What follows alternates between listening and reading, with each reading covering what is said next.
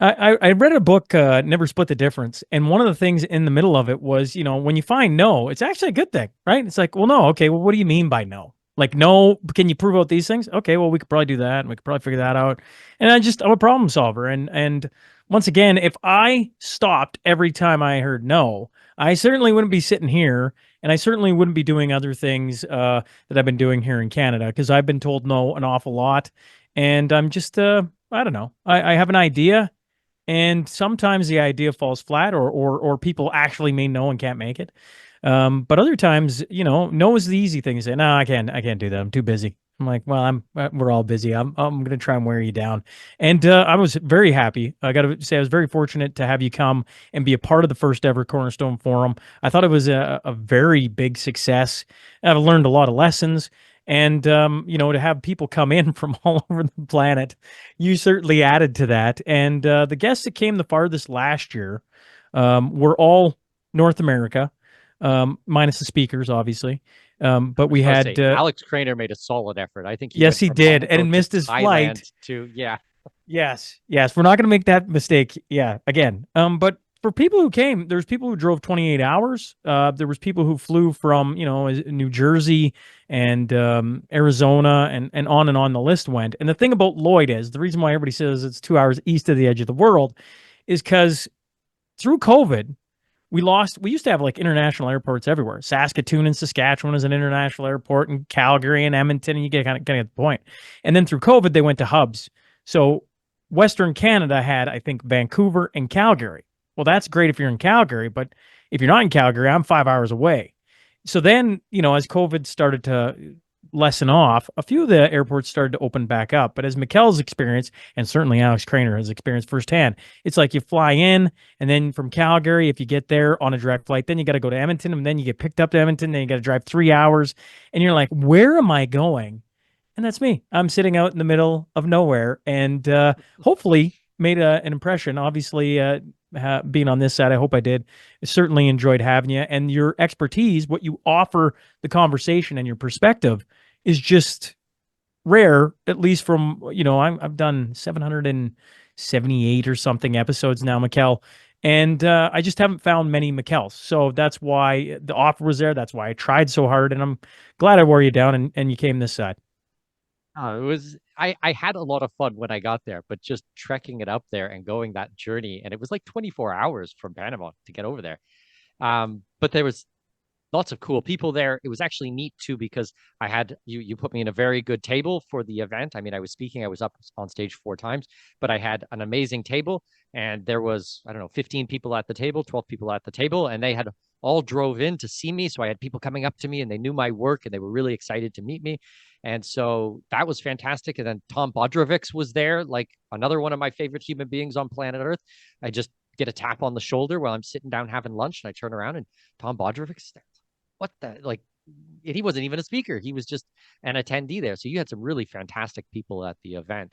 I was well impressed, actually, especially that you just dragged them out to the middle of nowhere. Like, Well, I'm a firm believer in if you build it, they will come. The Kevin Costner, the Field of Dreams. What's so special about Austin, Texas? No offense, Austin, Texas. I'm sure you got lots going on there. But Joe Rogan's there, and I'm sure it's got a bunch of different things. But for me to get there, if I was just going to visit, like it's an effort. And when things matter, when it means something to you, you're gonna make the effort to go. And so to me, I want to build something that's worth the effort. And this was the a different iteration because I've hosted lots of live events now, but this was certainly my first attempt at a conference.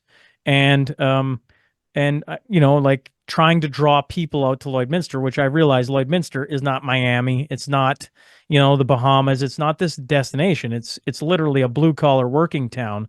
And yet I want to put it on the map for being a place where intellectual discussions happen. And, like this community that's formed through COVID and probably before that can show up. And it doesn't matter what table you sit at, you're going to have an excellent time because all these people are, it's like it's this eclectic group of human beings that show up to this, and they're all open for a discussion, and they all want to start to understand, how the world's working, what's coming next, And then, like businesses run into each other and they're like, "Oh, you do that?" And they want to work together. It's been really fun to watch, to be honest.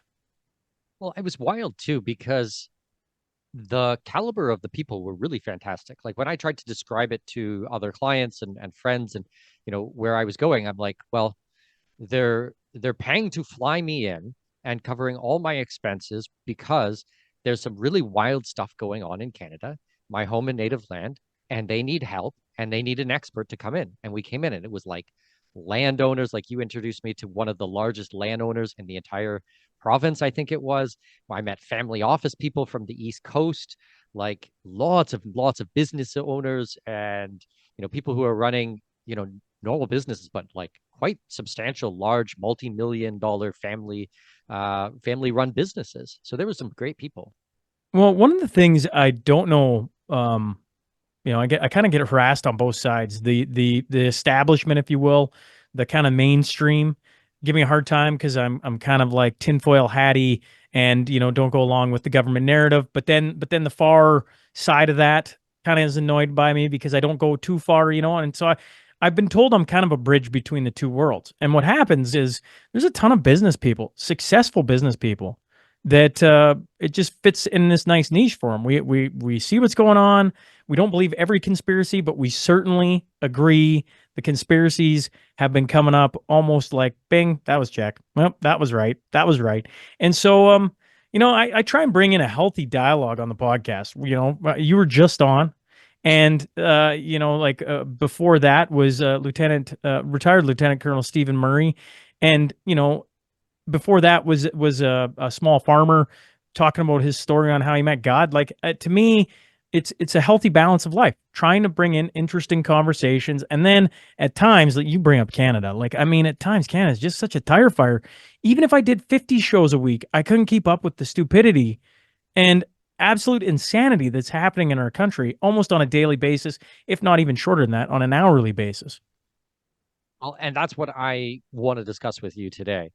Sure. We kind of jumped in the middle, but like what the hell is going on in Canada these days? Like just when you think the craziness can't get any more crazy, it does. Like give us a bit of a breakdown. What is happening there? So, like, you have Freeland step down. Like Chrystia Freeland is like, I don't know, Justin Trudeau's right hand woman, right? Deputy Prime Minister, and she was Minister of Finance, and so they had their fall economic report coming out. They thought it was going to be a $40 billion deficit. Turned out it was 60 some.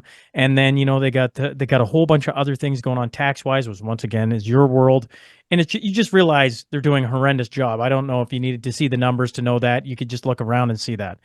And so it just culminates in like that was shocking. The fact that one of his inner circle would be like very publicly, "I'm done." And then nobody want to take up that job, Minister of Finance, to announce like they got a deficit, and which is just like the state of Canada. It's almost comical. It's like we're at the circus, and they all keep hopping out of the car, all the clowns, and you're like, when does this end? And just recently, Justin Trudeau made a huge press conference. He's going to resign, and then he says, "I intend to resign." Which, I mean, in all intents and purposes, is pretty much him resigning, except he's still prime minister. And you're like, so now you got a guy, I don't know, your listeners can probably remember a job they worked, Mikkel, where they didn't really like it, or maybe they did, but they knew the end was coming. And now they've said, I'm done. But I'm going to hold on until we get a new leader. So I just want everybody to think about how poor of a job they did in that last month, that last 6 months. Because, I mean, October is the election's going to be called before October. But in the meantime, we have Justin Trudeau while we wait for a new liberal leader. And, he then prorogued government until March 24th. So you got nothing passing. You got nobody doing anything in government in the federal side. And it just goes on and on. Fire away with questions. I'll try and maybe make it a little more clear. But it's a tire fire up here. Well, one of the first things that I would like to point out is that Canada should actually be one of the wealthiest countries in the world. We have all the natural resources there. We have massive deposits of oil and gas. We've got mining, timber. anything and everything that you could possibly want for natural resources are in that country. But they shoot themselves in the foot with bad policies and make it prohibitive to actually use any of these types of resources. We're at like what, 40 some odd million people in a country which is bigger than the United States, bigger than Brazil, bigger than China. Um, no people there, and we can't export the stuff. And then somehow we have massive deficits everywhere, massive national debt. Like, makes no sense.